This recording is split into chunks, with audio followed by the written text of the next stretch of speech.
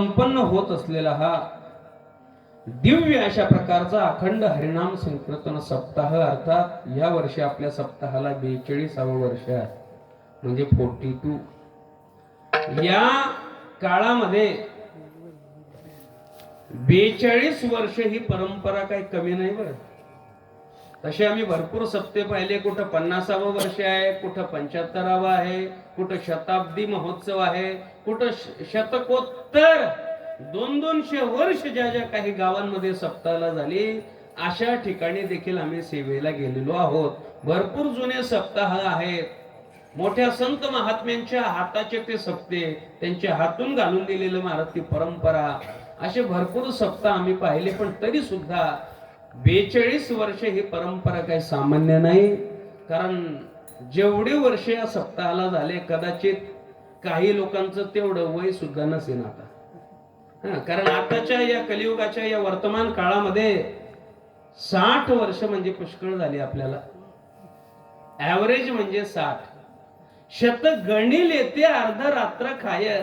शत गणिले म्हणजे 100 वर्षाची फक्त गणना, मोजमाप आहे, तेवढी सीमा आहे. पण तिथपर्यंत सहसा कोणी जात नाही. आणि त्यात पुन्हा कोरोना सारखे आजार आले. लोक म्हटले, का हो कालच तर मला भेटला, आज कसा काय गेला?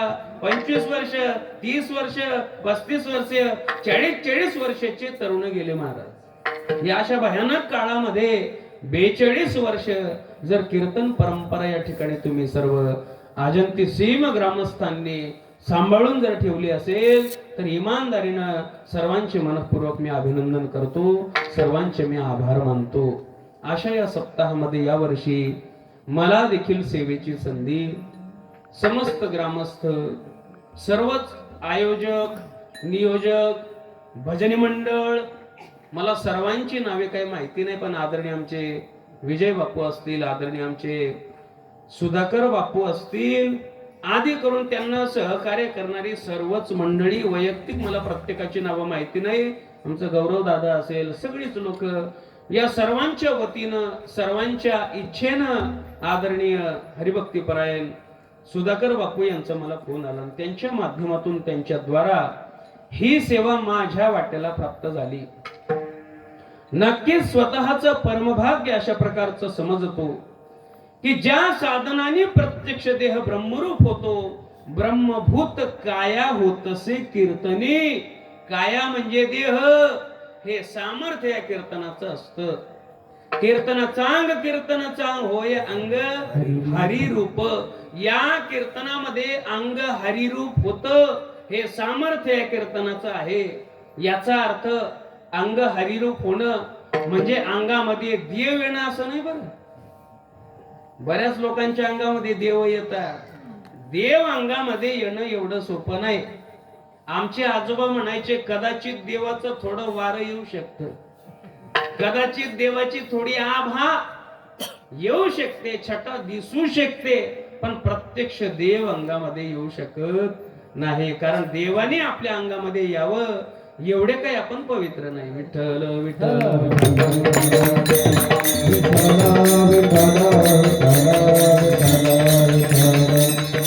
भगवान परमात्म्याने या देहात यावं एवढे काय.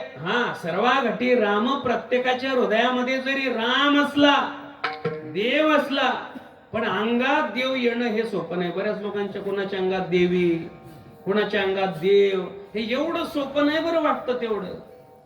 त्या रामायणामध्ये कथा सांगितली जाते, सुग्रीव आणि वाली 2 भाऊ. त्यापैकी जो वाली होता, की ज्या वालीला भगवान रामाने झाडाच्या आडून बाण मारला, तो वाली. त्या वालीला असं वरदान प्राप्त होतं की युद्धामध्ये तुझ्या समोर जो कोणी असेल, जो कोणी येईल, तो किती वीर असू द्या, त्याची अर्धी शक्ती तुम्हाला भेटणार. अर्धी शक्ती मग कोणी योद्धा असू द्या, त्याच्या समोर युद्धाला कोणी जाईना. कारण बाकीच्यांना माहिती आहे, आपण किती बलवान असलो तर या बाबाच्या समोर गेल्या क्षणी अर्धी शक्ती जाते, त्याच्यात युद्ध करून काय फायदा. कोणी युद्धाला तयार होईना.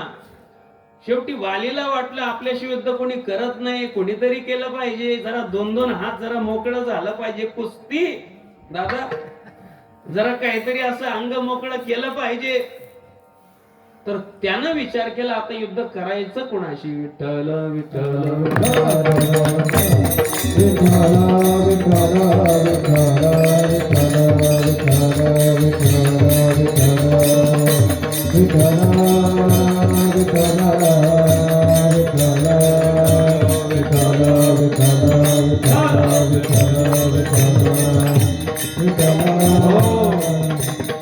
या बा. आज कीर्तनामध्ये सगळी दमदार लोक आलेली आहेत.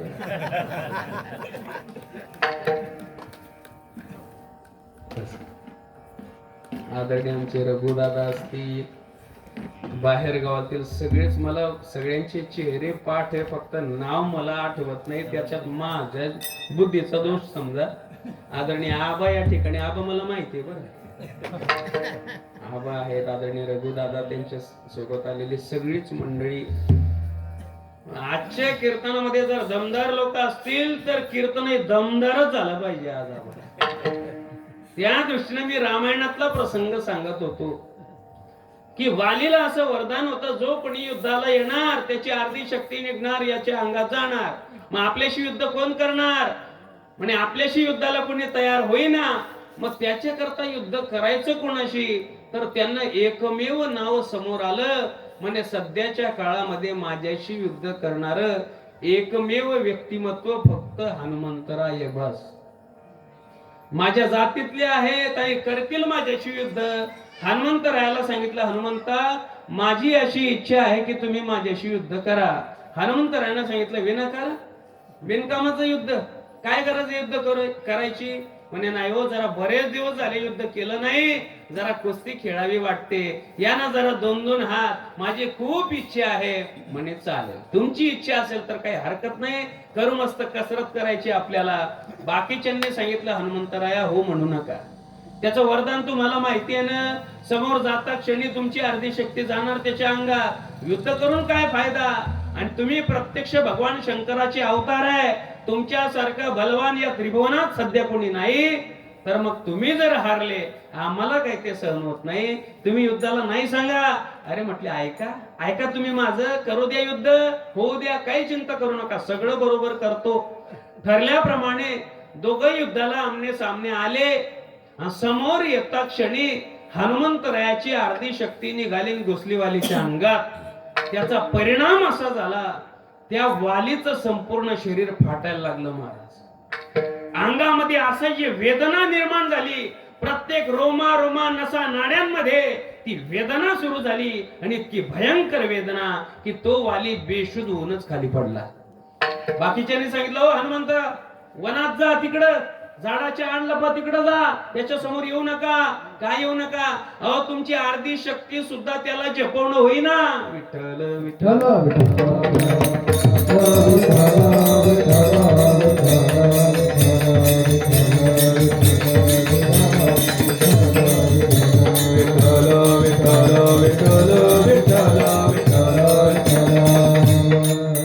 दृष्टांत संपला कशासाठी सांगितला, तर हनुमंतरायाची अर्धी शक्ती सुद्धा वाली सहन करू शकला नाही. तर आपल्या अंगामध्ये देव येणार आहेत का बरं? होय अंग हरी रूप, याचा अर्थ असा आहे की या कीर्तनाच्या माध्यमातून, कीर्तन चांग होय अंग हरी रूप, या कीर्तनाच्या माध्यमातून अंगामध्ये भगवान परमात्म्याची ती पॉझिटिव्ह एनर्जी येते, जिला सकारात्मक शक्ती म्हणतात. ती सकारात्मक शक्ती येते आणि निगेटिव्ह शक्ती सगळ्या लांब राहतात. का काय सामर्थ्य आहे कीर्तनाचं? का बरं अंगामध्ये ती एनर्जी येते? तर त्याचं कारण संत महात्म्यांनी सांगितलं की सगुण चरित्रे परम पवित्रे सादर वर्णवी, सगुण चरित्रे परम पवित्रे सादर वर्णावी, सज्जन वृंदे मनोभावे आदि वंदावी,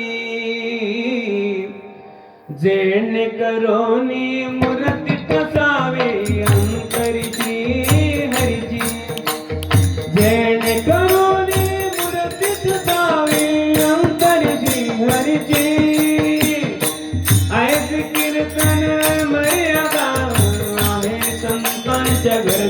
सगुण चरित्रे परम पवित्रे सगुण चरित्रे परम पवित्रे.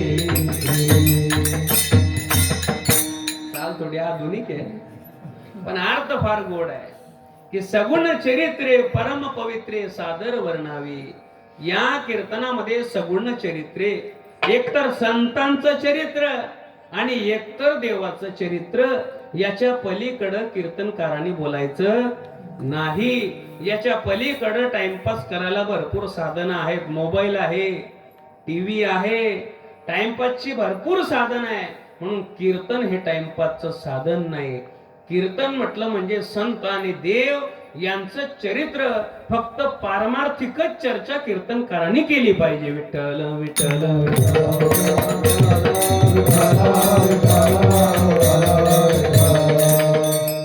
याचा अर्थ कीर्तनकाराने खूप अवघड आणि खोल वेदांत सांगून लोकांनी झोपा काढायच्या असं नाही बरं. बरेच लोक सोप्याचा अवघड करून सांगतात. जे अवघड आहे ते सोपं करून सांगता आलं पाहिजे, हे कीर्तन आहे. आणि अशी ही कीर्तनाची परंपरा एवढी वर्ष झाली जर तुम्ही सांभाळतात, नक्कीच तुमचे धन्यवाद करतो. आणि स्वतःला देखील अतिशय भाग्यवान अशा प्रकारचा समजतो की याच देहामध्ये पुन्हा पुन्हा वारंवार भगवान परमात्मा मला ही संधी देत राहतो. आपल्या गावामध्ये प्रभू रामचंद्रांचं अतिशय दिव्य मंदिर उभं राहिलंय. महाराजांना भूतो न भविष्यती असं कार्य झालेलं आहे. टाळी वाजवली पाहिजे. असं सुंदर कार्य आपल्या गावामध्ये झालेलं आहे. काय सुंदर मंदिराची योजना झाली महाराज. अहो, देवाने आपल्याला राहायला घर दिलं, आपण त्याच्यासाठी घर बांधायला नको का? आपलंही कर्तव्य आहे. काय काय बरेच लोक म्हणतात काय मंदिराची गरज आहे, कशाला पैसे खर्च करतात, त्याच्यापेक्षा दवाखाना बांधा. असे सुपीक डोकं बरेच जण चालवतात. आता किती दवाखाने दरवर्षी बांधले जातात याचा हिशोब करत नाही. दवाखाने बांधा सांगतात. दरवर्षी किती दवाखान्यांची निर्मिती होते महाराज, काय त्याला गणित आहे का? चांगलं कार्य आहे. अहो, मंदिर झालं पाहिजे. ते लोक म्हणतात का देव तर चराचरामध्ये व्याप्त आहे, मग मंदिर बांधायचं कशासाठी? काय म्हणतात ते? देव प्रत्येक चराचरामध्ये आहे, मंदिर बांधायचं कशासाठी? आणि जे बोलणारे ते लोक आहेत तेच हातामध्ये काठी घेतात कुत्र्याच्या माग. हाड टाकली काठी कुत्र्याला. मग कहो, तू तर चराचरामध्ये देव सांगत होता, तुला कुत्र्यात देव नाही दिसला का? अरे बाबा, चराचरामध्ये देव दिसावा वाटत असेल तर तो देव आधी मंदिरात पाहिला पाहिजे. विठ्ठल विठ्ठल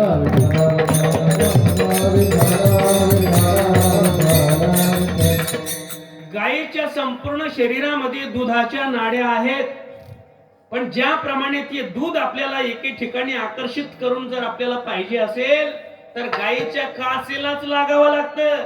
गायीचे शिंग धरून चालत नाही, गायीची शेपटी धरून चालत नाही, गायीचे पाय धरून चालत नाही. तसा देव चराचरामध्ये व्याप्त आहे. विठ्ठल जडी जडी बरला रिता ठावली उडला अजून दृष्टीने पाहिला विठ्ठला देवी विठ्ठल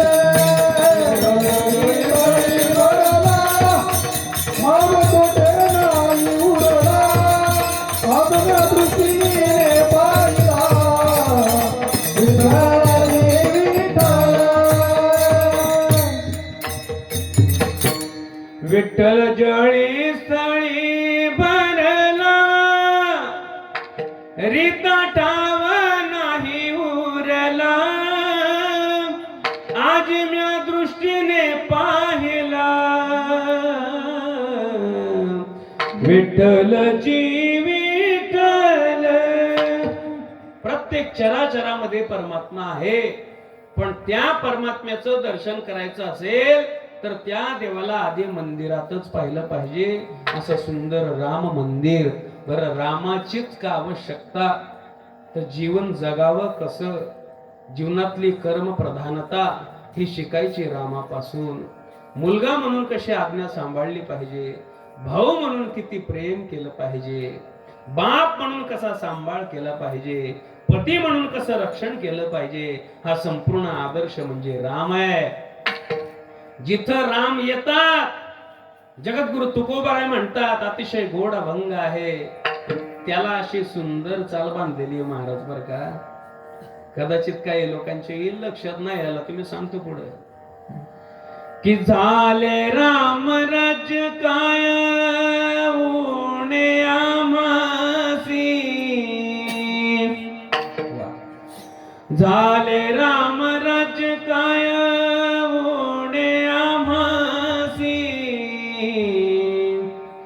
धरणी धरी पीक गाई वोळल्या म्हशी, राम वेळोवेळामी गावी आम्ही गावी आम्ही गावी, दळिता कांडिता जेविता गे बाई, दळिता कांडिता जेविता गे बाई, राम वेळोवेळामी गाविया बडी लंबी जुदाई, लंबी जुदाई.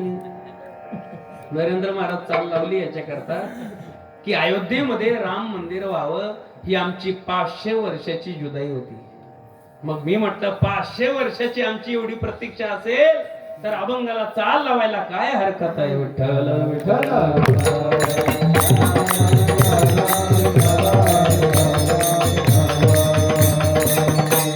हो. किती वर्ष झाले स्थापनेला?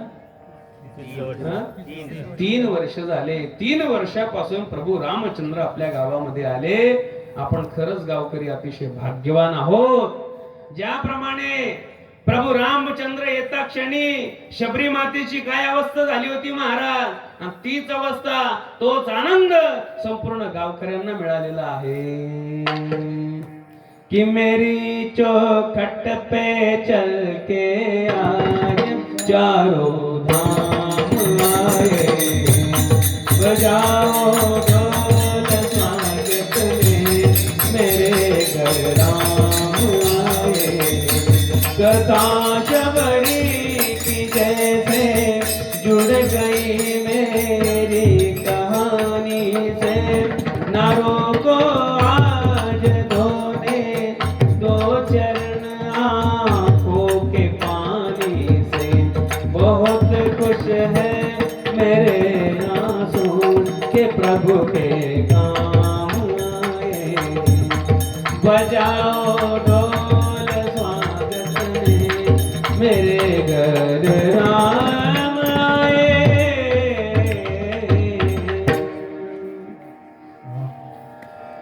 कि भजो दीन बंधु दिनेश, दानव दैत्य वंश निकंदनम, रघुनंद आनंद कंद कौशल चंद्र दशरथ नंदनम, श्री राम चंद्र कृपालु भज मन हरन भव भय दारुणम, नवकंज लोचन कंज मुख कर कंज पद कंज अरुणम, श्री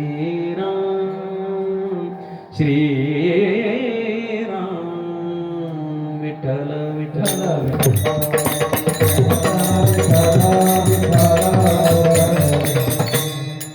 म्हणून अतिशय दिव्य या ठिकाणी आनंद आहे.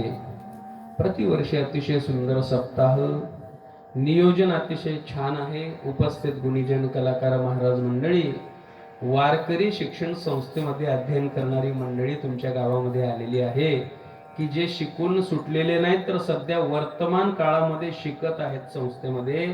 3ऱ्या वर्षाला आदरणीय हरिभक्ती परायण योगेश महाराज संस्थेमध्ये 3ऱ्या वर्षाचा अभ्यासक्रम पूर्ण करत आहेत. त्याचप्रमाणे आदरणीय नरेंद्र महाराज, नरेंद्र नावातच दम आहे, असे नरेंद्र महाराज ज्याप्रमाणे स्वर्गामध्ये मृदंग वाजवायला इंद्र आहे आणि तुमची अजंती सिम मध्ये नरेंद्र आहे. विठ्ठल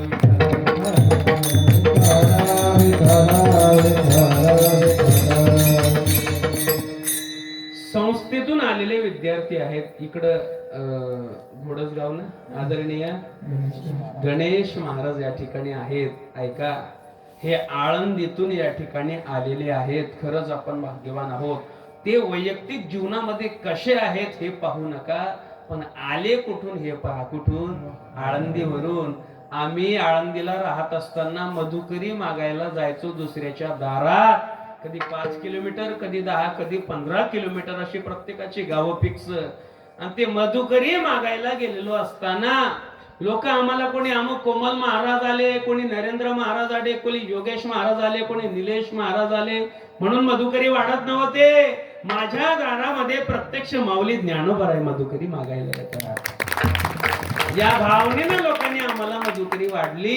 एवढं सांगितलं कशासाठी? तर ही सगळी विद्यार्थी मंडळी आळंदीतून जर या ठिकाणी आलेली आहेत तर नक्कीच माऊली ज्ञानोबा यांचा अंश घेऊनच ते या ठिकाणी, ती शक्ती घेऊनच या ठिकाणी प्राप्त झालेले आहे बरं का सुधाकर बापू. की त्या दृष्टीनं आपण अतिशय भाग्यवान आहोत. त्याचप्रमाणे सगळीच गावातील भजनी मंडळ ही लहान लहान पोरं, सुंदर वळण तुमच्या गावाला आहे बरं. अतिशय. आता मी या पोरांचे धन्यवाद करत नाही, धन्य माता पिता तयाची आहे. त्यांच्या माय बापाला मी नक्कीच धन्यता देतो. विणेकरी गावातलेच आहे का? सगळीच फार सुंदर सेवा. रोज या ठिकाणी हरिपाठ आहे, रोज सकाळ संध्याकाळ आरती आहे. मला अतिशय आनंद वाटला आरती ऐकून. अतिशय सुंदर. ज्या देवाची निरंतर सेवा चालू राहते तिथलं देवत्व टिकून राहतं. आणि सेवा बंद झाली समजा देवत्व निघून गेलं म्हणून समजा. ज्याला आपण जागृत देवस्थान ही जी बोलण्याची पद्धत आहे ना, ती त्याच्याकरताच म्हणतात. जिथलं देवस्थान जागृत आहे समजायचं इथली सेवा निरंतर सुरू आहे. आणि तुमच्या गावातलं ही सेवा अशीच जर चालू राहिली तर नक्कीच आपल्या गावातले राम हे जागृत झाल्याशिवाय राहत नाही. विठ्ठल विठ्ठल.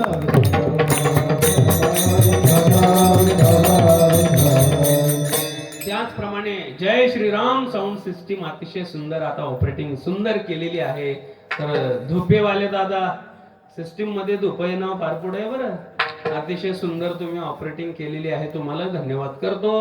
वारकरी संप्रदायातील ज्येष्ठ श्रेष्ठ, जेवढं माझं वय आहे त्याच्यापेक्षा जास्त वर्ष परमार्थामध्ये सेवा करणारी मंडळी या ठिकाणी आहे. त्या सर्वांचं मी अभिनंदन करतो, सर्वांना वंदन करतो.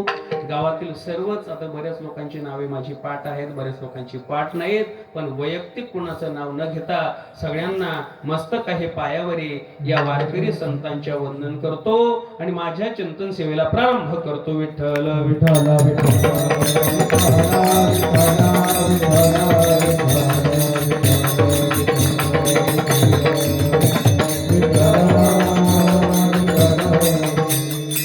अजंती सीम म्हणजे माझ्या समाजाचं गाव आहे. बरोबर आहे ना? समाजातलं हे गाव आहे. याचा अर्थ फार समाजाची मी वावा करतो असं नाही बरं. या कीर्तनामध्ये सगळे समाज आहेत. जाती भेद श्रीमंती गरिबी सगळं कीर्तनाने मिटून टाकलं. या ठिकाणी सगळ्यांना अधिकार आहे. पण महाराज तरी सुद्धा या ठिकाणी समाजातील गावं आहेत. आणि या ठिकाणी आल्यानंतर मी मराठीचा अजिबात प्रयोग केला नाही, सरळ गुजर भाषा. बरं का महाराज, तुम्हाला कळतही नव्हतं आमचं बोलणं. बऱ्याच लोकांना असं वाटतं गावकऱ्यांशी जरा गुजर भाषेत बोललं तर माझा का मान कमी होईल, माझं काय इम्प्रेशन डाऊन होईल. नाही, तसं काय नाही महाराज. आता आमच्या गावामध्ये असे काही मित्र आहेत, ते म्हणतात कोमल इकडे, कोमल इथं बस, कोमल इकडे. त्याच्यानं माणसानं गावामध्ये मानाची अपेक्षा करू नये. बरोबर आहे ना? जे मित्र आहे, बऱ्याच लोकांच्या स्वभावामध्ये असा बदल होतो की ज्यांच्या सोबत लहानपणी खेळला मोठपणी यांनी मला मान दिला पाहिजे या अपेक्षेनं. म्हणजे हे समाजातलं गाव आहे, नात्या गोत्यातलं गाव आहे. पण कीर्तनामध्ये संबंध नाती गोती न सांगता तेवढा परमार्थच या ठिकाणी मांडावा लागतो. अतिशय गोड अभंग आहे. या अभंगातून जगद्गुरु तुकोबाराय तुम्हा मला दुःखापासून निवृत्त व्हायचं कसं याचा सुंदर उपाय सांगतात. विठ्ठल विठ्ठल.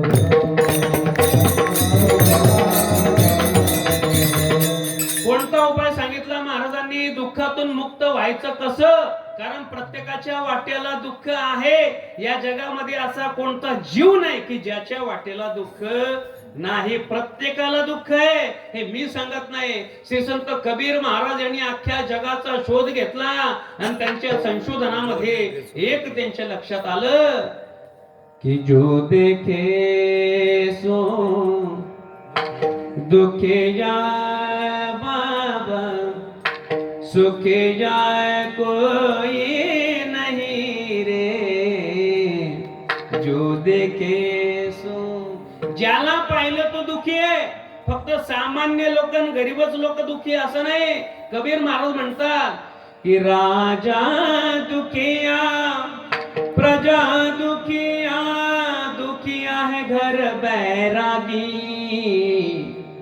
दुख के कारण शुकदेव ने उदरी माया त्यागी रे, जो देखे सो दुखे जाए बाबा, सुखे जाए कोई नहीं रे. कबीर महाराज म्हणतात राजा दुखिया प्रजा दुखिया, सर्वांना दुःख आहे. राजाला वाटतं माझ्या प्रजेसाठी गॅस सिलेंडर कसे उपलब्ध होतील, प्रजेला वाटतं माझ्या घरी आता पुढचा सिलेंडर कधी भेटल. ऐकणे, राजा दुखिया प्रजा दुखिया, सर्वांना दुःख आहे महाराज. गॅस जरी संपलेला असला, तुटवडा असला, पण पेट्रोल डिझेल आहे बरं. त्याच्याकरता पेट्रोल पंपावर गर्द्या करू नका, घाबरून जाऊ नका. परवा सुरत या सिटी मध्ये इतकी गर्दी केली लोकांनी, रात्रभर पेट्रोल पंपावर मोटरसायकल घेऊन उभे होते. आणि इनमिन ऍक्टिव्हा, त्याच्यात 2-4 लिटरच पेट्रोल बसतं महाराज, त्याच्याकरता रात्रभर उभा. सरकारने जाहीर केलं पेट्रोल डिझेल मध्ये कशाही प्रकारचा तुटवडा नाही. तसं असलं तर सांगू, पण तुटवडा आज तर काही तुटवडा नाहीये, काही घाबरायचं काम नाही. पण गॅस मात्र तेवढा. जुन्या काळामध्ये इंधन होतं महाराज, लाकडं बिकडं गोळा करून मस्त सुंदर ते चुलीवरचा काय स्वादिष्ट स्वयंपाक. अहो सध्या चान्स आहे, चान्स घ्या. जो घरामध्ये गॅस येतो ना, एका वैज्ञानिकानं सांगितलं या गॅसवर तुम्ही भाकरी शेकता, चपाती कडक करता, आहे की नाही, पापड शेकता, उडदाचे पापड त्याच्यावर शेकून आपण ताटात खातो, त्याच्यानं भविष्यामध्ये कॅन्सर होण्याची शक्यता. असं त्यांनी सुद्धा सांगितलं बरं का. त्याच्याकरता आता इलेक्ट्रिक शेगड्या देखील निघाल्या, जे आतून लाल होतात वरतून काच आहे, त्याच्यावर बिनधास्त शेकायचं, पण गॅसवर शेकायचं नाही. विठ्ठल विठ्ठल.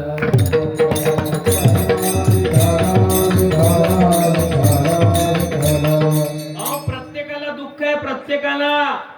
लोक म्हणतील बाबा मान्य केलं, हो प्रत्येकाला दुःख आहे, पण तुम्ही महाराज लोक तरी सुखी असतील. मग तुम्ही देवदेव करता, आज हे गाव उद्या ते गाव, लोक पाया पडू पडू दक्षिणा देता तुम्हाला, मग तुम्ही सुखी आहे का?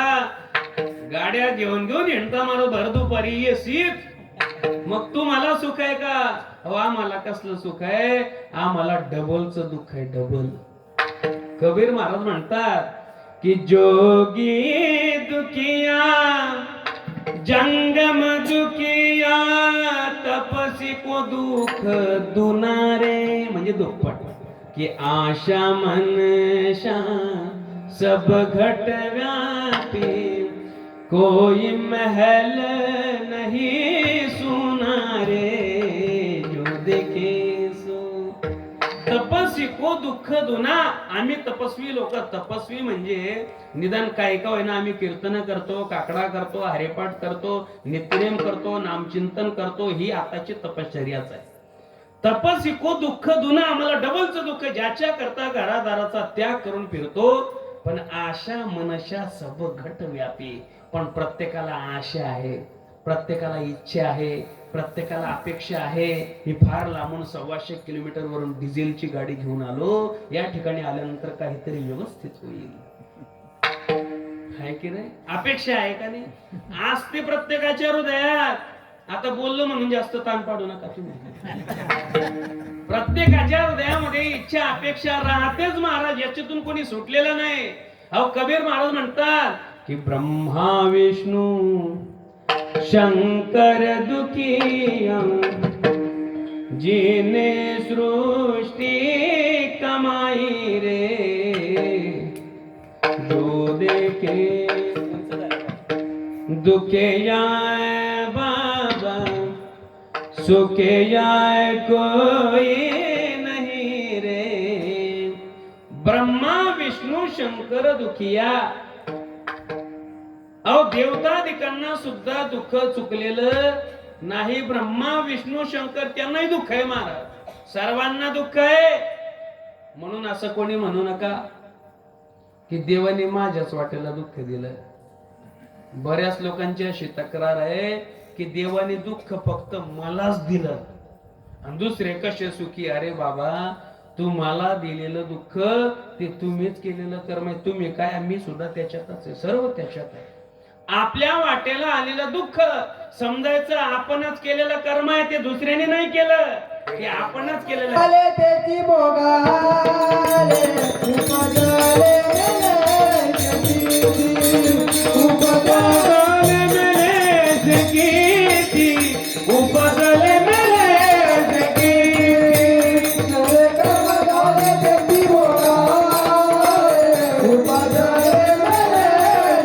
त्याची भोगाले उपजले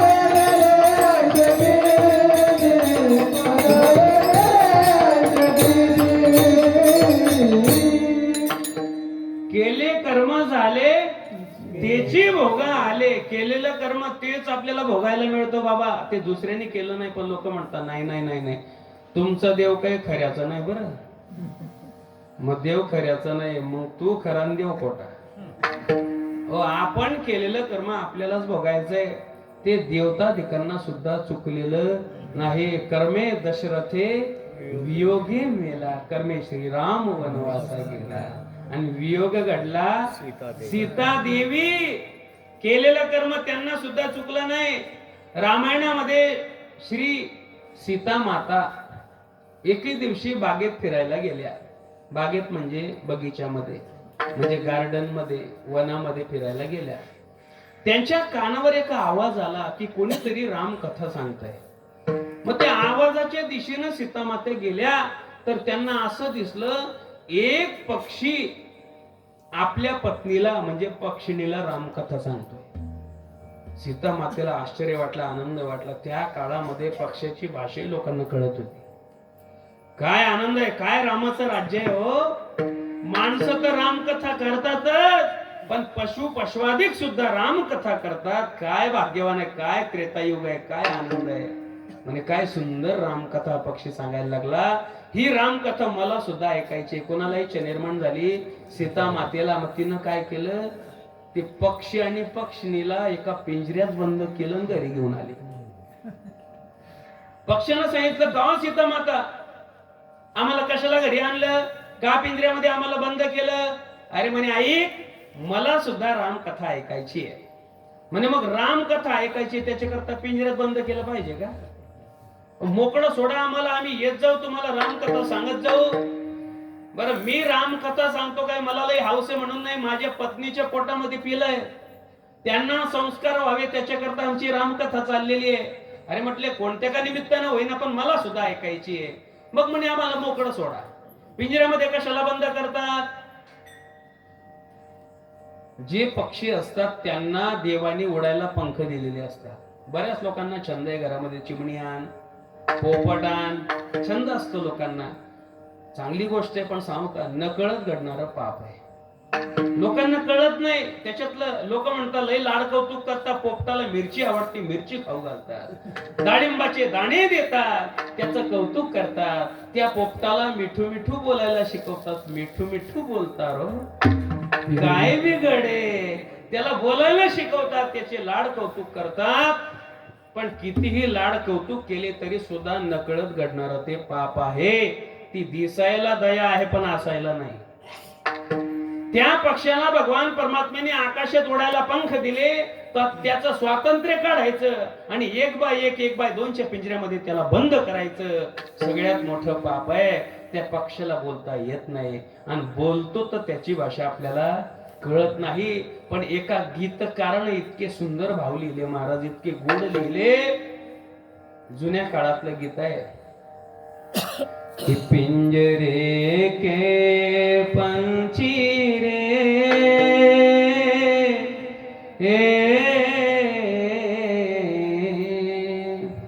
तेरा दर्द न जाने कोई, तेरा दर्द न जाने कोई, पिंजरे के पंछी रे,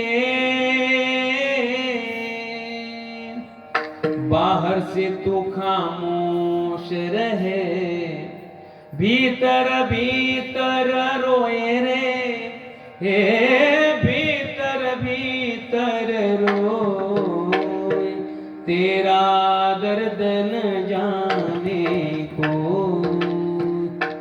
तेरा दर्द न जाने को.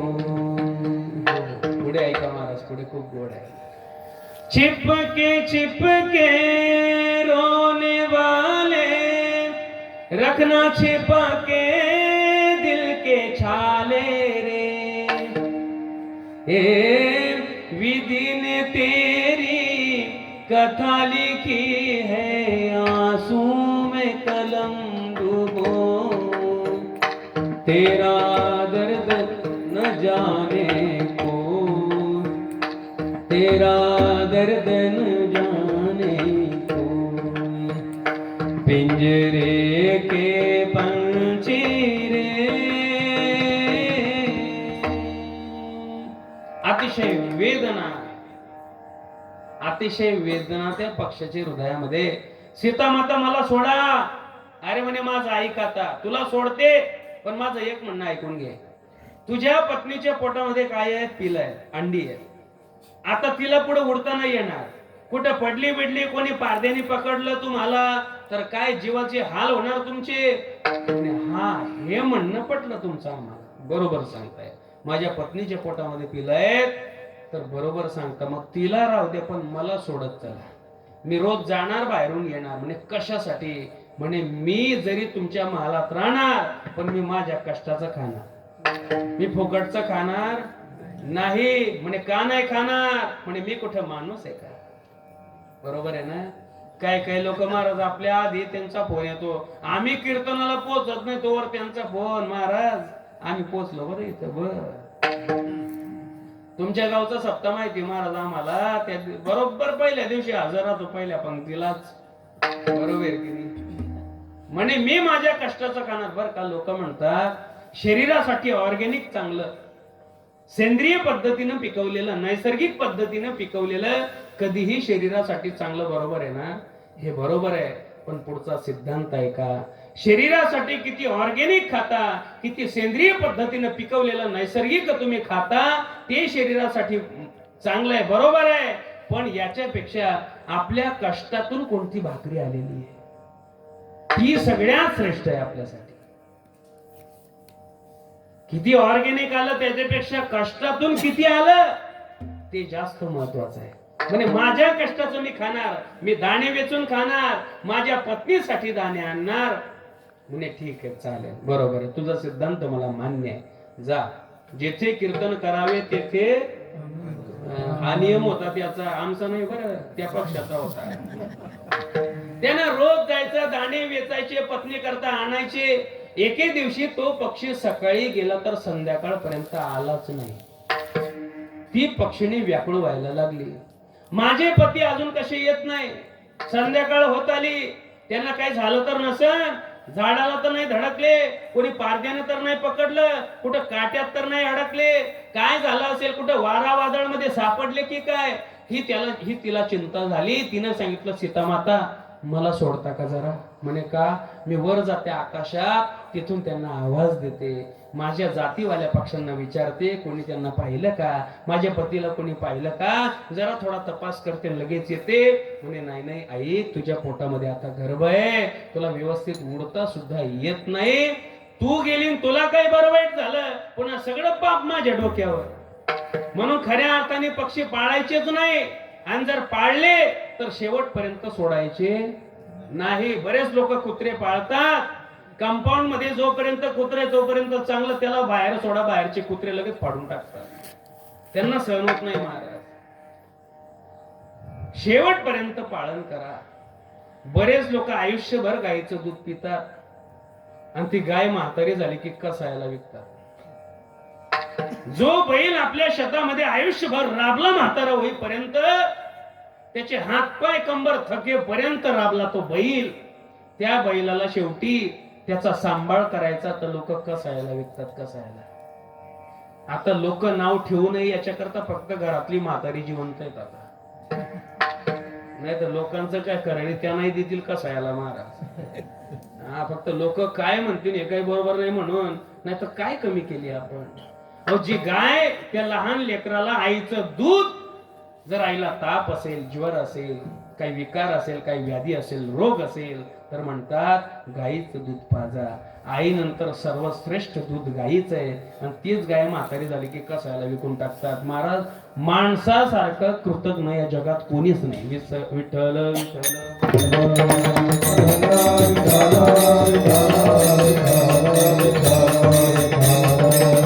म्हणून जो व्यक्ती कृतज्ञ आहे त्याला नरकात सुद्धा जागा नाही. ते म्हणतात नाही आमचं नरक लय चांगलं, त्याच्याकरता पुढचं प्रमोशन. नरकात सुद्धा जागा नाही. हे कृतज्ञाचं लक्षण आहे महाराज. तो कृतज्ञ आहे.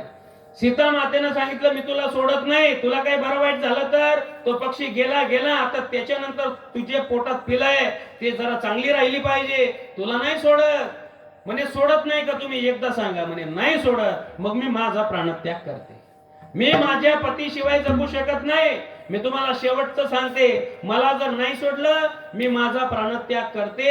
आणि तिनं प्राणत्यागाचा संकल्प घेतला, आपल्या शरीरातून प्राण सोडणार. बरोबर अशा वेळेला तो पक्षी उडत उडत उडत उडत तिच्या समोर येऊन बसला. आणि तो पक्षी तिनं पाहिला, बरं झालं बरं झालं, तशी मेली असती तर मनात राहिलं असतं माझ्या पतीला काय झालं काय नाही, कुठे अडकले, चिंतित राहिली असती. पण अहो तुम्ही आलात, तुम्ही बरे आहेत ना, आता मी सुखाने मरते का मरते, आता मी आलो ना, आता कशाला मरते. नाही नाही, आता इतका प्राण सुटला की मला आता पुन्हा परत ओढणं शक्य नाही, मला मरावंच लागेल, प्राण सोडावा लागेल. पण ऐका ना, तुम्ही चिंता करू नका, रडू नका माझ्यासाठी. फक्त एकच लक्षात ठेवा की मी एक तुमची धर्मपत्नी आहे, सौभाग्यवती म्हणून तुम्हाला पाहता पाहता जर माझा प्राणत्याग होत असेल तर माझ्यासारखी भाग्यवान मीच आहे हो, कशाला चिंता करता.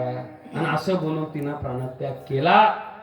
त्या पक्षाने सांगितलं आता माझी पत्नी नाही, माझी पिलं नाही, मी जगायचं कुणासाठी. म्हणे सीता माता, मीही माझा प्राणाचा त्याग करतो, मलाही आता जगणं शक्य नाही. पण जाता जाता तुम्हाला शाप देतो, ज्याप्रमाणे माझ्या पत्नीच्या पोटामध्ये पिल्लं होते, माझ्या विरहात तिला बिचारीला राहावं लागलं, त्याप्रमाणे तुमच्या पोटामध्ये गर्भ असताना तुम्हाला सुद्धा तुमच्या पतीच्या विरहामध्ये राहावं लागेल. ज्याप्रमाणे माझ्या पक्षिणीनं माझ्या डोळ्या देखत देहाचा त्याग केला, त्याप्रमाणे तुम्हाला सुद्धा तुमच्या पती समोर तुमचा देह सोडावा लागेल. विठ्ठल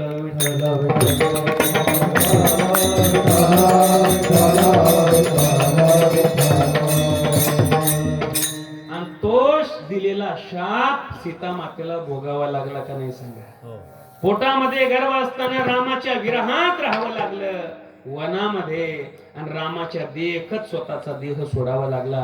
आता बरेच लोक म्हणतात की रामाने सीता मातेला वनाला सोडलं, हे काही बरोबर केलं का. ओ येड्या, तू पोथी वाचली नाही, तू आधी पोथी उघड, आधी वाच. वाल्मिक मुनी काय म्हणतात, तुलसीदासजी महाराजांनी काय सांगितलं ते वाचत नाही. रामाने सीताला वनाला का सोडलं. अरे बाबा, तिच्या पोटामध्ये गर्भ होते, आणि गर्भावर संस्कार व्हायचे असतील तर ते राजघराण्यात होत नाही.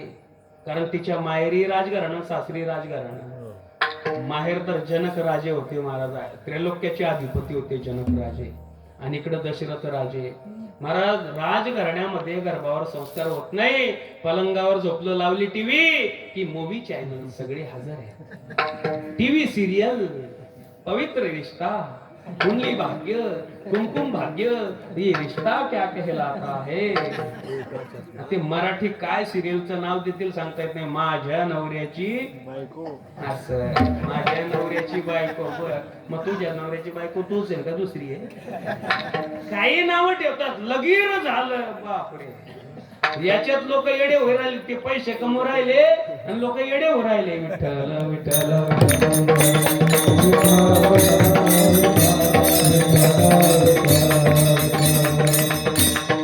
म्हणून जोपर्यंत पोटामध्ये गर्भ आहे, आईनं मोबाईल टीव्हीचा त्याग केला पाहिजे हे धर्मशास्त्र सांगतं महाराज. पोथी वाचा, ज्ञानेश्वरी वाचा, गाथा वाचा, शिवलीलामृत वाचा, गजानन ग्रंथाचं पारायण करा. हे का सांगितलं? नवनाथ भक्तिसार वाचा. हे कशासाठी? गर्भावर संस्कार व्हावे त्याच्याकरता सीता मातेला वनाला सोडलं, पण कुठेही नाही सोडलं, वाल्मिक मुनींच्या आश्रमात सोडलं. ज्या पवित्र वातावरणामध्ये ती लेकरं जन्माला आली, जन्माला आल्या आल्या वाल्मिक मुनींसारखा महात्मा गुरु म्हणून भेटला. बरं, वेदशास्त्रामध्ये संपन्न तर झाले, पण महाराज युद्धामध्ये इतके पारंगत झाले की ज्यांच्या समोर प्रत्यक्ष राजा भरत, राजा लक्ष्मण, हनुमंतराय, सुग्रीव यांना सुद्धा हात जोडून उभं राहावं लागलं. इतके वीर जन्माला आले. विठ्ठल विठ्ठल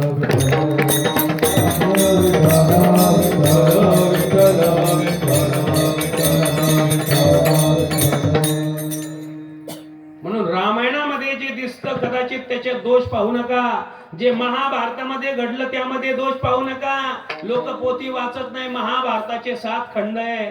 आबा आमच्या बापूंनी 4-5 वेळेला ते महाभारत वाचलं. एक खंड इतका जाड आहे, तसे 7 खंड आहेत. ते 7 खंड 5 वेळेला वाचले आमच्या आजोबांनी. संपूर्ण महाभारतातले बारकावे कळाले. लोक म्हणतात द्रौपदी एकच होती, तिला 5 पती कसे काय होते? पोथी उघडली का जरा? पाहिली का पोथी? काय म्हणते पोथी? तर अहो ती दिसायला एक होती पण असायला 5 होती. ती यज्ञ कुंडातून निर्माण झालेली होती. पंचतत्व तिच्यामध्ये विलीन होते. हे आपण वाचत नाही. आणि एका त्या द्रौपदीला 5 पती कसे काय होते?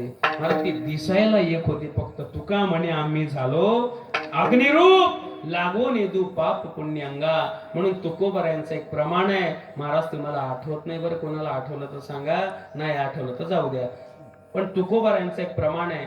महाभारतामध्ये जे घडलं त्याच्यामध्ये ज्याने दोष पाहिला त्याच्याकरता रिझर्वेशन पक्क आहे. कुठं? नरकातलं. त्याच्याकरता जागा राखीव आहे.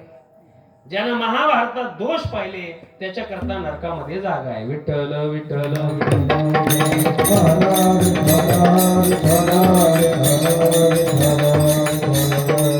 म्हणून केलेलं कर्म देवतादिकांना सुद्धा चुकलं नाही. बरं, रामचंद्र प्रत्यक्ष देव होते. देव त्यांना महाराज स्वतःचं कर्म बदलवता आलं असतं, पण नाही, त्यांनी भोगलं.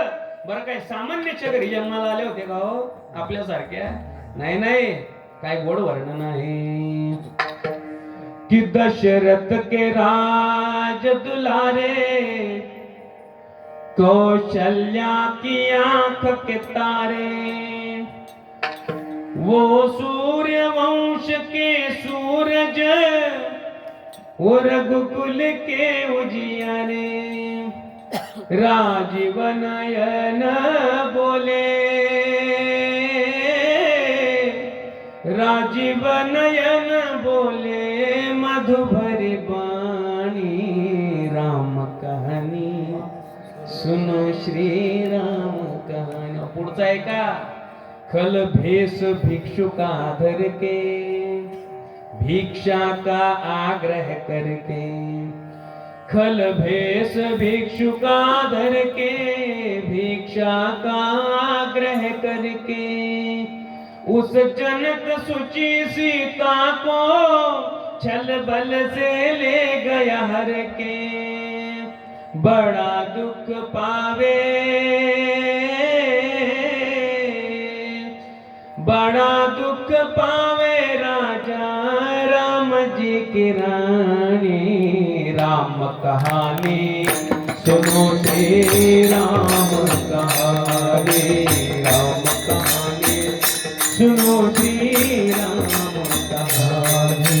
श्री राम जय राम जय जय राम, श्री राम जय राम जय जय राम, श्री राम जय राम जय जय राम, श्री राम जय राम जय जय राम, ओ श्री राम जय राम जय जय राम, श्री राम जय राम जय जय राम, ओ श्री राम जय राम जय जय राम, श्री राम जय राम जय जय राम, ओ श्री राम जय राम जय जय राम, श्री राम जय राम जय जय राम, श्री राम जय राम जय जय राम, श्री राम जय राम जय जय ओ राम. रामचंद्र भगवान की त्यांना सुद्धा कर्म चुकलं नाही. म्हणून आपण केलेलं कर्म आपल्यालाच भोगायचं. याच्याकरता बरेच दृष्टांत आहे, त्याच्यामध्ये वेळ वाया न घालवता. असं कोणी म्हणू नका माझ्या वाटेला दुःख दिलं. पण जरी आपल्या वाटेला दुःख आहे तरी ते दुःख कसं जाणार हा उपाय महाराजांनी सांगितलेला आहे. प्रत्येकाला वाटतं माझ्या जीवनातलं कायमचं दुःख गेलं पाहिजे, मला कायमचं काय मिळालं पाहिजे, सुख. सुख मला कायमचं मिळालं पाहिजे, दुःखाची निवृत्ती झाली पाहिजे, प्रत्येकाला वाटतं. फक्त फरक एवढाच आहे, कल्पना चुकते फक्त सुखाची, एवढंच आहे. प्रत्येकाला सुख, प्रत्येकाला देवच पाहिजे, पण लोकांना हे माहिती नाही की देव म्हणजे सुख आहे. प्रत्येकाला सुख पाहिजे म्हणजे देवच पाहिजे, फक्त कल्पना अशी चुकली. बऱ्याच लोकांना असं वाटतं मी मोठा बंगला बांधला म्हणजे सुखी होणार, गाडी बिडी आली म्हणजे सुखी येणार, मला मुलगा झाला म्हणजे सुखी येणार. अहो, जो मुलगा झाला होता अतिशय आनंद वाटला, वा वा मला मुलगा झाला, घराण्यामध्ये कुलदीपक आला, सगळ्यांना आनंद आहे, वा किती त्या मुलापासून सुख मिळतंय. खरं म्हणजे ते मुलापासून नव्हतं, फक्त मनातल्या मनात आपल्याला भेटत होतं, मानलं म्हणून. काय मुलांना सुख दिलं, वा वा वा. आणि तोच पोरगा डोक्याच्या बरोबरीनं झाला आणि बापाच्या कमरेत लाथा घालू लागला. मग ज्या मुलानं सुख दिलं होतं तोच बाप म्हणतो, महाराज त्याचा बाप म्हणतो हे पोरग मेलं असतं तर बरं झालं असतं. म्हणजे ज्या मुलानं सुख दिलं तिथून दुःखही आलं महाराज. म्हणजे आपण फक्त कल्पना चुकली का नाही आपली. जे घर बांधल्यानंतर वा वा आलिशान बंगला आहे, आता आनंद भेटणार, आता सुख भेटणार, फक्त कल्पना आहे, कल्पना केलेली आहे. नाही तर झोपडीत राहणारा सुद्धा सुखी आहे, ज्यानं कल्पना केली तो दुःखी आहे महाराज. एका सेठ सावकाराचं घर जळालं, आलिशान बांधलेलं घर जळायला लागलं. पोरगा कसा बसा बाहेर निघाला, सावकार घरी नव्हते, बापाला फोन केला आणि निदान तो पोरगा निघाला, एवढं बरं झालं. नाही तर आमच्या चोपड्याला इतकी भयंकर आग त्या कापड दुकानामध्ये लागलेली होती, सर्वांना कल्पना आहे.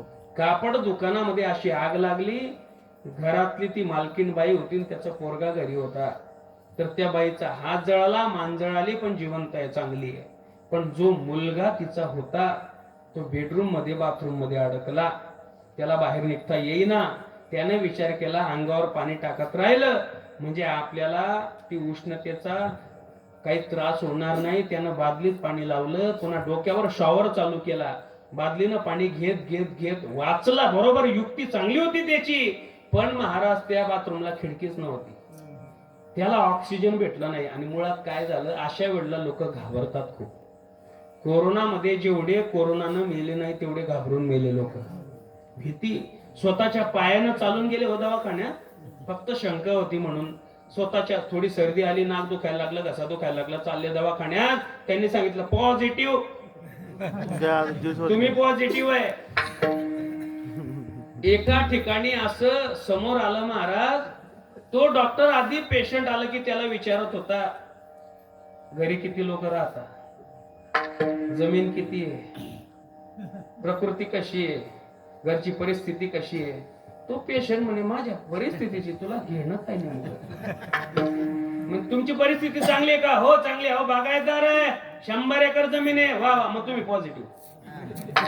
आणि एकानं सांगितलं आम्हाला खायला घर नाही. महाराज त्याच माणसानं फाटके कपडे घालून पुन्हा गेला. हे चांगल्या कीर्तनकारानं अनुभवात सांगितलं, त्याच्या घडलेली घटना सांगितलेली आहे. ज्या व्यक्तीला पॉझिटिव्ह जाहीर केलं तोच व्यक्ती फाटके कपडे घालून भिकाऱ्यासारखा गेला दवाखान्यात. तिथं गेल्यानंतर डॉक्टरांनी पाहिलं हा भिकारी आहे, तपास केला नाही, काय नाही, तू निगेटिव्ह जाय, मोकळा आहे की नाही. भीतीनं लोक मेले.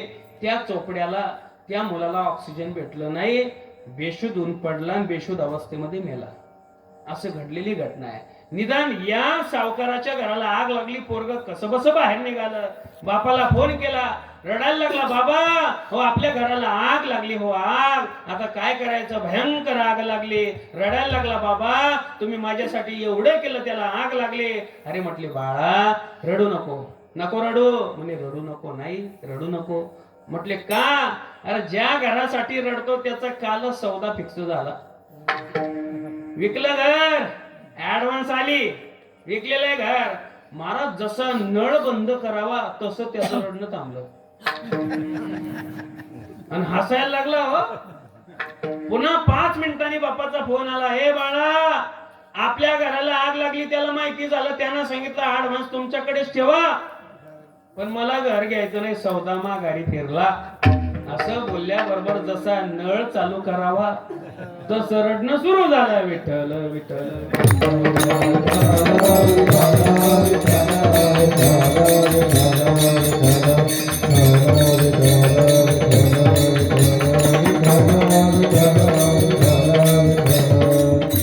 घर एकच आहे आणि ते एकच घर जळतं. सुरुवातीला रडतो, पुन्हा हसतो, पुन्हा रडतो. म्हणजे कल्पना केली का नाही? तिथं सुखाची कल्पना केली. प्रत्येकाला वाटतं मला सुख मिळावं. आमच्या माता बहिणी बसल्या, त्यांना वाटतं माझ्या अंगावर 5 तोडे 10 तोडे 15-20 तोडे सोनं, की जे सोनं 15,000ला गेलं तर कमी झालं, पुन्हा कमी झालं. जरा नोटीस सध्या 8 दिवसापासून तेच चालू आहे माझं. म्हणजे माझ्याकडे लई पैसे झाले असं नाही बरं, पण जरा काही थोडा व्यवहार, माझ्या शालकचं लग्न होतं त्याच्याकरता थोडा भाव मला त्या बघायची सवय लागली तेव्हापासून. आता माझ्या हाताची अंगठी पाहू नका, याच्यातली अर्धी सासरवाडीची आहे आणि अर्धी माझी आहे. विठ्ठल विठ्ठल.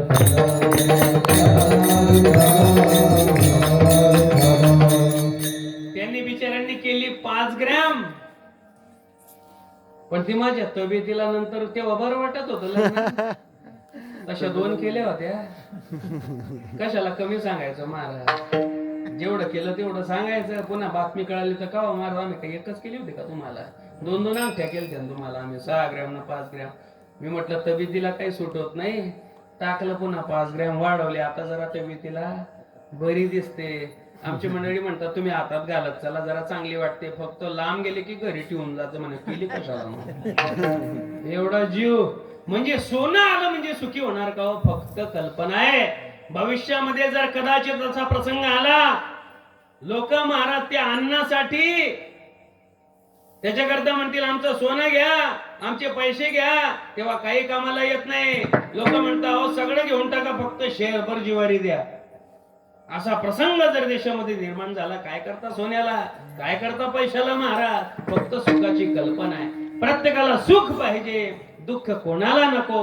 मग केव्हा दुःख जावं वाटतं ना, सुख मिळावं वाटतं ना. तुकोबाराय म्हणतात एकच करा भंगाच्या पहिल्याच्या. साठविला साठविला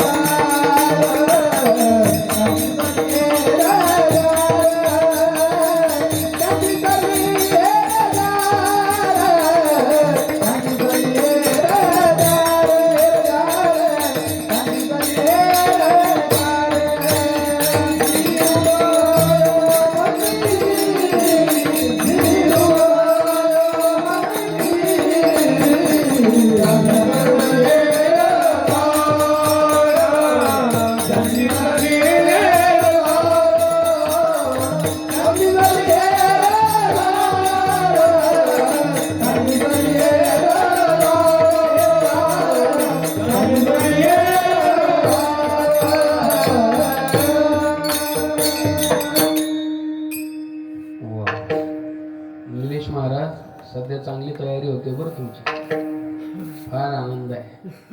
पण आमचे आजोबा म्हणायचे तुम्ही न लावा तला त लावा पला प लावा, तुका म्हणे न न न करा, फक्त स्वरात करा. स्वर हा कीर्तनाचा प्राण आहे. कोणतीही चाल कोणतेही प्रमाण अगदी स्वरात असलं की त्यामध्ये फार मोठा आनंद निर्माण होतो. साठविला हरी जी हृदय मंदिरी जगद्गुरु तुकोबाराय सांगतात, बाबांनो, जीवनातलं दुःख जावं वाटतं कायमच, सुख मिळावं वाटतं एकच करा, साठविला हरी जी हृदय मंदिरी, जी हृदय मंदिरी हरी साठविला. ज्यांनी आपल्या हृदय रूपी मंदिरामध्ये कोणाला साठवलं? हरीला. त्यांची सरली येरझार. येरझार म्हणजे येणं जाणं, येणं जाणं. कुठं येणं? बाजाराला नाही, जन्माला येणं, पुन्हा मरणं, पुन्हा जन्म घेणं, पुन्हा मरणं, ही येरझार चाललेली आपली. पुनरपि जननम पुनरपि मरणम. हेच दुःख प्रत्येक जीवाच्या पाठीमागे लागलेलं आहे. जन्म घेणं महाभयानक दुःख आणि मृत्यू त्याच्यापेक्षा भयानक दुःख. बरं, जन्म घेतल्यापासून मरेपर्यंत काय सुख आहे का? जो दे केसो झालं का नाही? प्रत्येकाला दुःख आहे. दुःख जावं वाटतं तर जन्म आणि मरण संपलं पाहिजे. त्याच्याकरता काय केलं पाहिजे? साठविला हरी. त्या हरीला हृदयामध्ये साठवा. फक्त हृदयामध्ये नाही तर हृदय रूपी मंदिरामध्ये साठवा. फक्त हृदयात नाही, देव हृदयात यावा वाटतो तर हृदय आधी मंदिर असावं लागतं. देव कुठेही नाही. तुमच्या गावामध्ये सुंदर राम मंदिर आहे, रामाला विराजमान केलं, पण आधी काय बांधलं? मंदिर. मंदिर मंदिर बांधावं लागतं तरच देव येतो. तुका म्हणे देह भरिला विठ्ठले, काम क्रोध केले घर रीते. हृदयातून काम क्रोध काढावे लागतात तेव्हा हृदय मंदिर होतं. पण हृदयामध्ये इतके घाण भरलेली महाराज, उपाधी भेदानं कसे नाव पडतात बघा. ज्याच्या हृदयामध्ये सारखा पैसा पैसा पैसा पैसा पैसाच, ज्याला देव माहिती नाही, कीर्तन माहिती नाही, देवाचं दर्शन माहिती नाही, देवाचं नाव माहिती नाही, फक्त पैसा समजायचं, याचं हृदय बँक झालेली. बरं, ते हृदय नाही, ती हृदय रूपी बँकच आहे. बरोबर आहे ना? ज्याच्या हृदयामध्ये फक्त जनावर, घरदार, शेतीबाडी एवढंच, ज्याला देव माहिती नाही, ज्याला कीर्तन माहिती नाही, समजायचं याचं हृदय पक्क गोठा झालाय. गोठा, जनावराचा गोठा. ज्याच्या हृदयामध्ये नट नट्या सिनेमे किंवा जे आपल्या संसाराचा चित्रपटच या हृदयामध्ये पाहत राहतात. रात्री झोपले का त्या दाब्याकडे मटामटा पाहतात महाराज, आणि त्यांना सगळे आयुष्यात ते सीन आठवतात. त्या चिंतेत चिंता करत राहतात. बरेच लोक म्हणतात, महाराज रात्री झोप नाही लागत हो, गोळी घेतली तरच झोप आहे, नाही तर अजिबात झोप लागत नाही. लई बोर झाली महाराज जिंदगी. बोर बोर का झाली? परमार्थ सुटला म्हणून बोर झाली. ज्याच्या जीवनामध्ये परमार्थ आहे त्याला सहज झोप लागते महाराज. झोप नाही लागत का? घ्या हातामध्ये माळा, फेरा बरं 2-3 फेर. कशी काय झोप नाही लागत? तर झोप नाही लागत का? तुम्हाला लिहिता येतं का? घ्या वही, घ्या पेन, राम राम लिहित बसा. माझी आजी सारखं राम राम लिहित राहते. 1 वाजो 2 वाजो जेव्हा जाग आली तेव्हा लिहित राहते. बरोबर झोप येते, बरोबर झोपते महाराज. म्हणून बोर त्याला होतं ज्याच्या जीवनात परमार्थ नाही. विठ्ठल विठ्ठल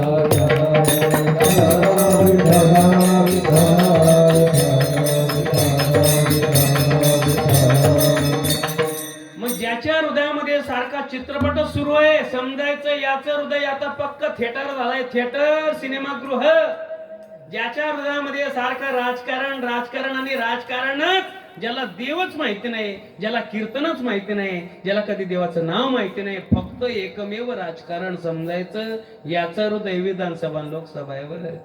बरेच लोक परमार्थ नाही करत, फक्त राजकारण करतात. पण असे कित्येक लोक आपल्यासारखे राजकारणात परमार्थ करतात. बरोबर आहे की नाही? राजकारणासोबत परमार्थ झाला पाहिजे. मी एक मोठ्या वक्त्याचं ऐकलं महाराज.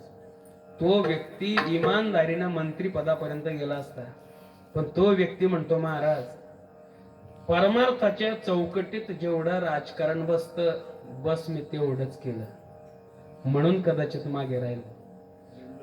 हो, परमार्थाच्या चौकटीत जेवढं राजकारण केलं बस तेवढंच. मला माझ्या गुरुनं, मला माझे गुरुचे शब्द वैकुंठवासी प्रातस्मरणीय नथुसिंग बाबा यांचे माझ्यावर आशीर्वाद आहे. त्यांचे शब्द मला आठवतात.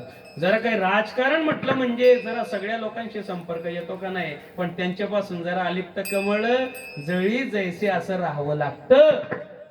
म्हणून उपाधी भेदानं नावं पडतात. पण ज्याच्या हृदयामध्ये सारखा देवाचा ध्यास लागला, भाव भक्ती बळानं ज्याच्या अंतःकरणामध्ये परमात्मा आला, त्याचं हृदय हृदय राहत नाही, ते आता मंदिर होत. विठ्ठल विठ्ठल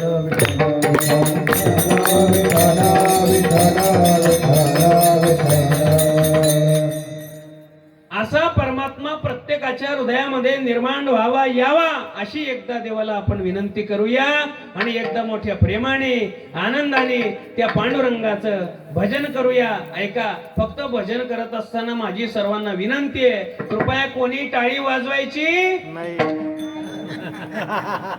हातानं टाळी वाजवा, मुखानं नामस्मरण करा.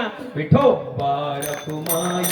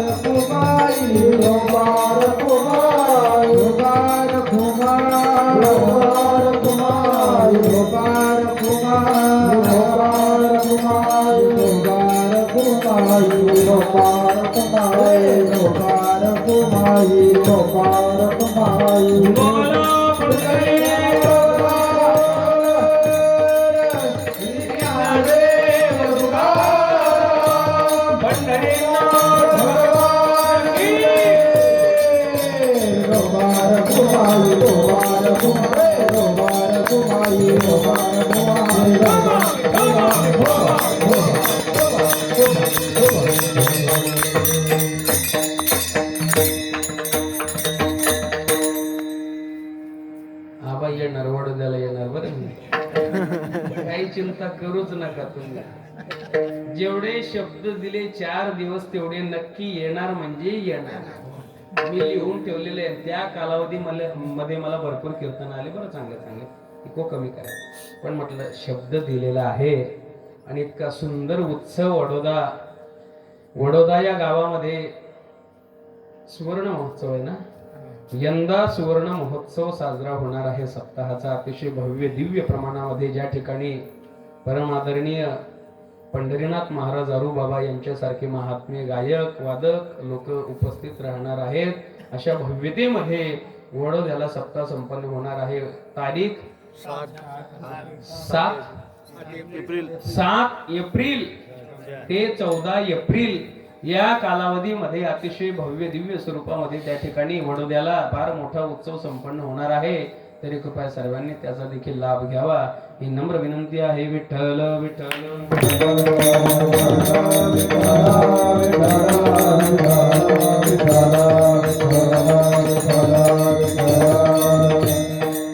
जगद्गुरु तुकोबाराय म्हणतात, साठविला हरी जी हृदय मंदिरी. बाबांनो, हृदयामध्ये हरीला साठवा. मग कोणी म्हणेल का हरीला साठवा, मग तो हृदयात नाही का?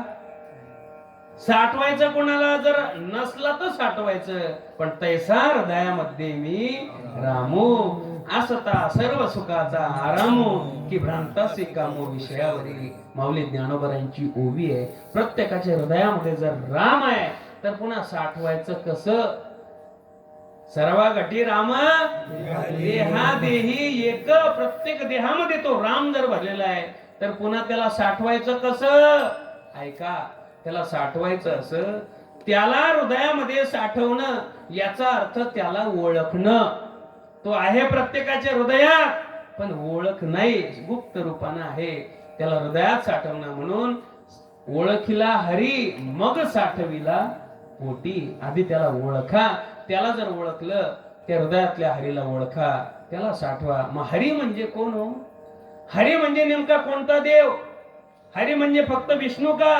हरी म्हणजे फक्त नारायण का? हरी म्हणजे फक्त राम का? तर हरी शब्दाचा अर्थ आहे जो हरण करतो, जो भक्ताच्या जीवनातली चिंता, भय, पाप, विकार सर्वांचं हरण करतो, तो हरी. मग तो हरी कोणताही असू द्या, तुम्हाला जो देव आवडेल तो हरी. विठ्ठल विठ्ठल.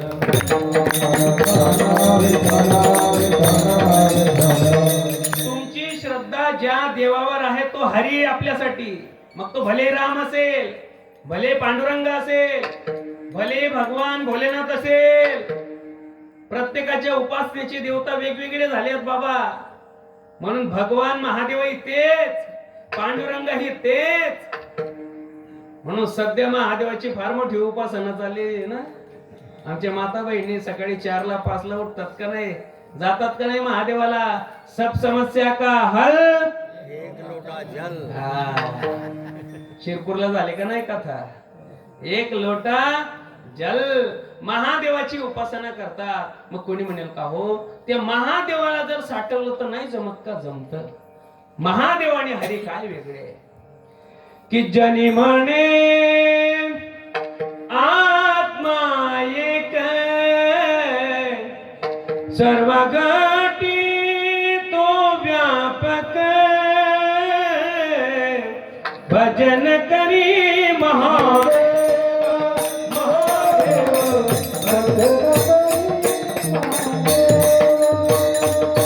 राम पुढे सदा देव.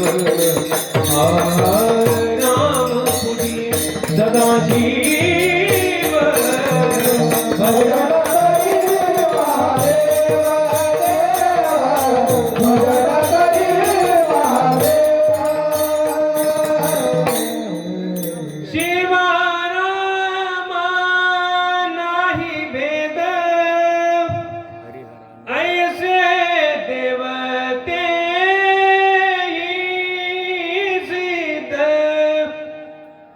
शिवराम नाही वेद, नाही भेद.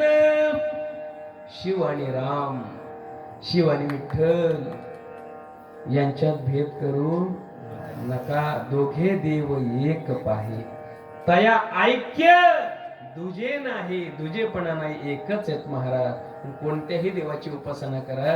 सध्या महादेवाची भक्ती इतकी जोरात आहे महाराज की मला ते महादेवाची गीता आठवतात. 1-2 गीत म्हणू का. फार गोड आहे.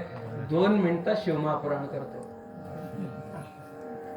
कि शिव कैलासों के वासी धौलेदारों के राजा शंकर संकट हरना हरना. शंकर संकट हरना. तेरे कैलाशों का अंत न पाया. तेरे कैलाशों का अंत न पाया. अंत बेअंत तेरी माया. हो भोले बाबा अंत बेअंत तेरी माया. शिव समा रहे मुझ में और मैं शून्य हो रहा हूँ. शिव समा रहे मुझ में और मैं शून्य हो रहा हूँ. क्रोध को लोभ को मैं भस्म कर रहा हूँ.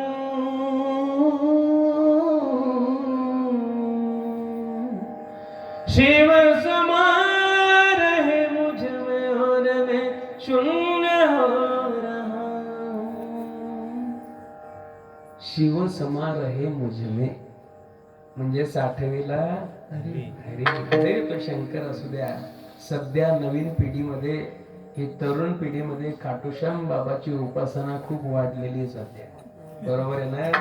हारे का सहारा आणि खाटूश्याम बाबा हमारा म्हणतात का नाही. तर त्या खाटूश्याम बाबाचं एक भजन फार व्हायरल झालेलं आहे. सध्या तेच ट्रेंडिंगला आहे. आणि त्याची फरमाईश मला 2-3 जणांनी केलेली आहे बरं का.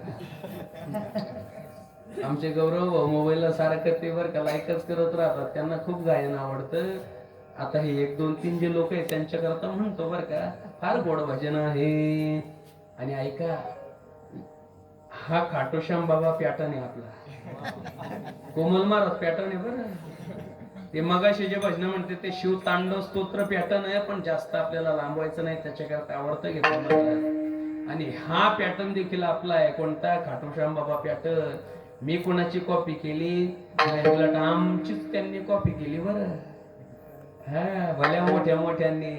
लय गोड भजन आहे. हो अंधेरों की नगरी से कैसे मैं पार जाऊं, शाम अब लेने आजा, हौसला हार न जाऊं, हो शाम आजा, 3 बाण के धारे तीनों बाण चलाओ ना, मुश्किल में है बात तेरा अब जल्दी आओ ना, 3 बाण के धारे तीनों बाण चलाओ ना, मुश्किल में है बात तेरा अब जल्दी आओ ना, हारे के सहारे मेरी, हारे के सहारे, हारे के सहारे मेरी हार हराओ ना, 3 बाण के धारे तीनों बाण चलाओ ना, मुश्किल में है दास तेरा अब जल्दी आओ ना, 3 बाण के धारे तीनों बाण चलाओ ना, मुश्किल में है दास तेरा अब जल्दी आओ ना। एक टाइम एक ओ तूफानों ने घेर लिया मुझे, रात नजर ना आवे, तुम बिन कौन मेरा जो मेरी बाह पकड़ ले जावे, भटकना ना हो मैं बाबा, भटकना ना हो मैं बाबा, पार लगाओ ना, 3 बाण के धारे तीनों बाण चलाओ ना, मुश्किल में है दास तेरा अब जल्दी आओ ना, अब जल्दी आओ ना, बोले हरे कृष्ण की।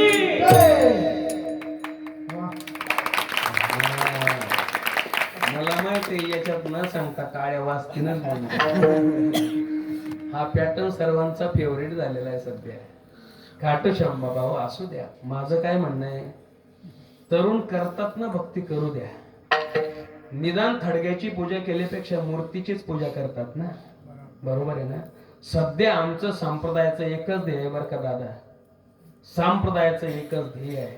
कोण कोणत्या देवाची उपासना करतं याच्याशी आम्हाला घेणं नाही. सध्या हिंदू समाज कसा एकत्र येणार बस, एवढं आम्हाला पाहिजे. हिंदू समाजाने एकत्र आलं पाहिजे. त्याच्याकरता तलवारी घ्या आणि कापत सुटा असं नाही, पण एकत्रीकरणामध्ये फार मोठी ताकद आहे. महाराज त्यांच्या धर्मातला त्यांना कधी विचारत नाही, मौलाना तुम्ही असं आम्हाला का सांगितलं, का आम्ही या कायद्याचा विरोध करायचा, त्यांना माहिती नाही वगोड काय आहे, पण करतात विरोध. का? माझ्या मौलानानं सांगितलं ना, माझ्या गुरुनं, मी ते करणार.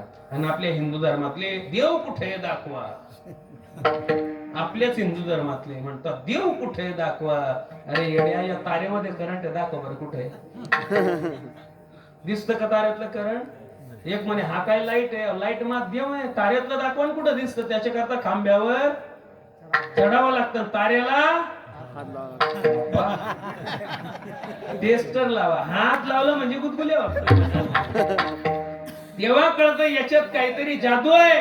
तसा परमात्मा दिसत नाही म्हणून नाही, त्याच्याकरता मंथुनी नवनीता तैसे घे. त्याच्याकरता तसं मंथन. महाराज दुधामध्ये तूप आहे, दिसतं का? दुधामध्ये लोणी दिसतं का? त्याच्याकरता एक प्रक्रिया आहे, त्या प्रक्रियेतून जावं लागतं. मंथुनी नवनीता तैसे घे अनंता, त्या अनंताला त्याप्रमाणे घे. जसं मंथन करून नवनीत येतं त्याप्रमाणे भक्तीच्या माध्यमातून गुरु महात्म्यांच्या मुखातून ऐकलेलं जे ज्ञान आणि त्याचं मंथन करून करून मग त्या परमात्म्याची अनुभूती आपल्याला येते. लगेच परमात्मा भेटत नाही, तो काय बाजारातला भाजीपाला नाही. विठ्ठल विठ्ठल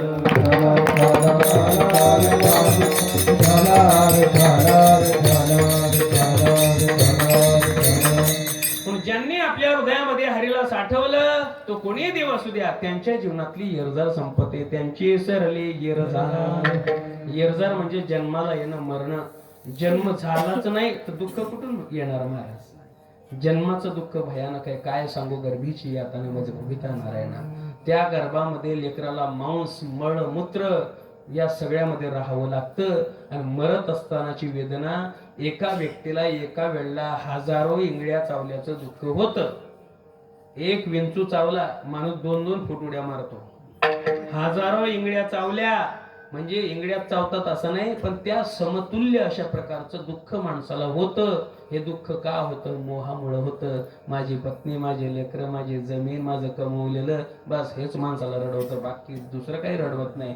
म्हणून येरझार संपणं, जन्माला येणं, मरण ही येरझार संपणं याचा अर्थ प्रत्यक्ष जन्म मरणच संपणं असं नाही बरं. कारण साधू संत महात्म्यांनी हृदयामध्ये हरीला साठवलं पण ते पुन्हा येईन, आपलं पुन्हा जन्माला येणार असं म्हणतात का नाही? तुकोबाराय म्हणतात, मी पुन्हा घेईन मी जन्म. आणि जसं बोलले तसं आलेच महाराज. विठ्ठल विठ्ठल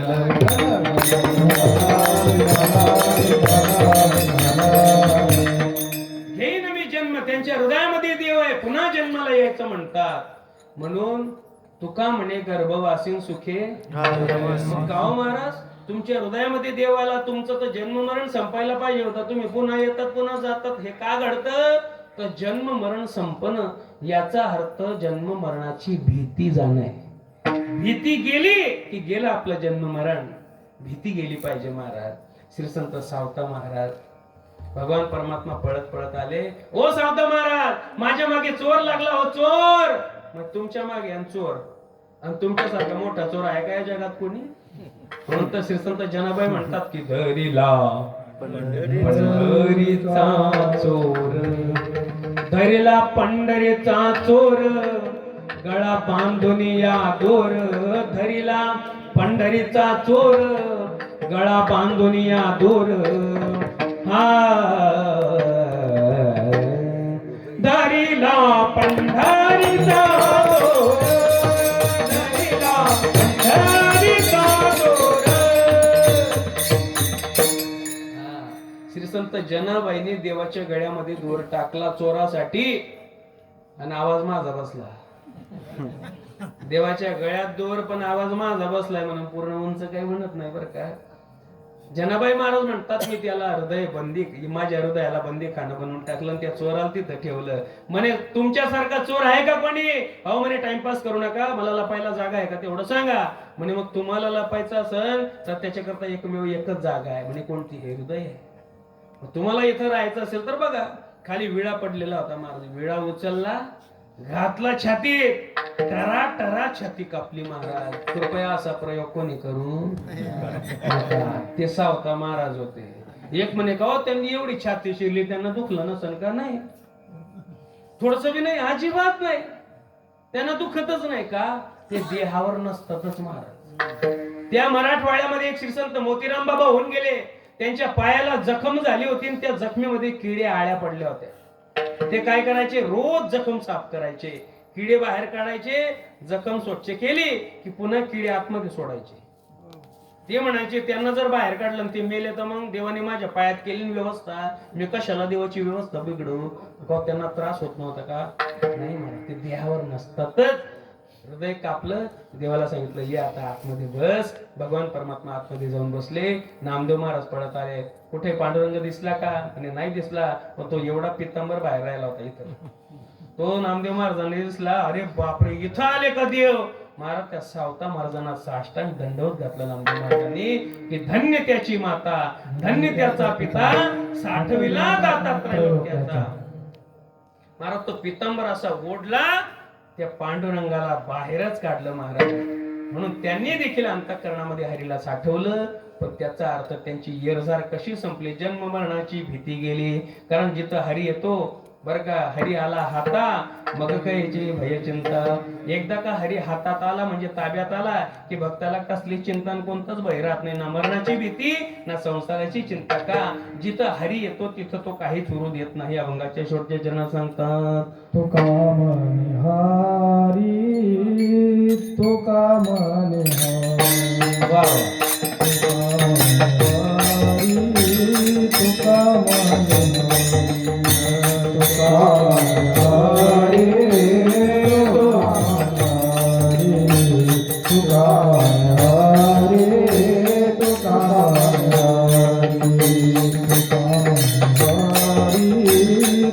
म्हणे हरी, तुका म्हणे हरी, तुका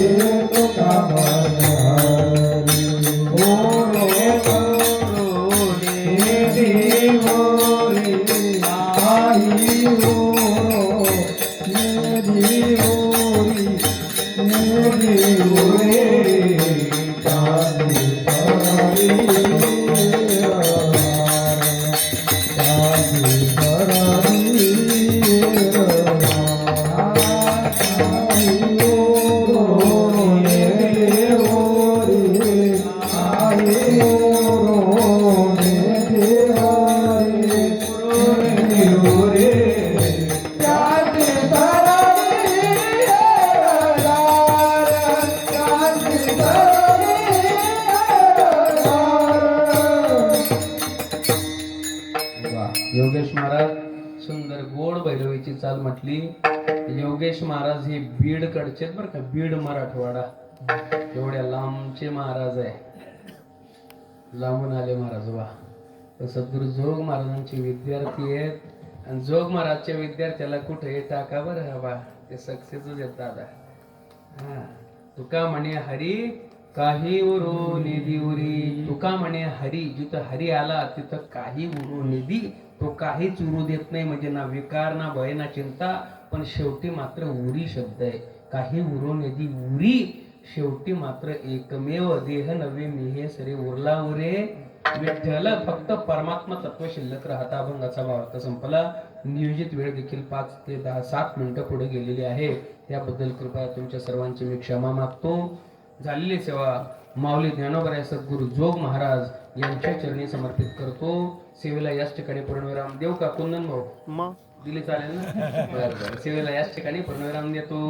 तरी निवडते प्रति अधिक सरते करून द्यावे तुमते विनवित्व असे पायाच्या प्रसादे काही बोलिलो विनोदी. मन क्षमा करण्यासाठी नवे अंग भूत युक्ती नवे हा उपदेश तुमचे बडबडील विशेष तुमचे कृपेचे पोसणे जन्मोजन्मी. तुका म्हणे ज्ञानेश्वर माऊली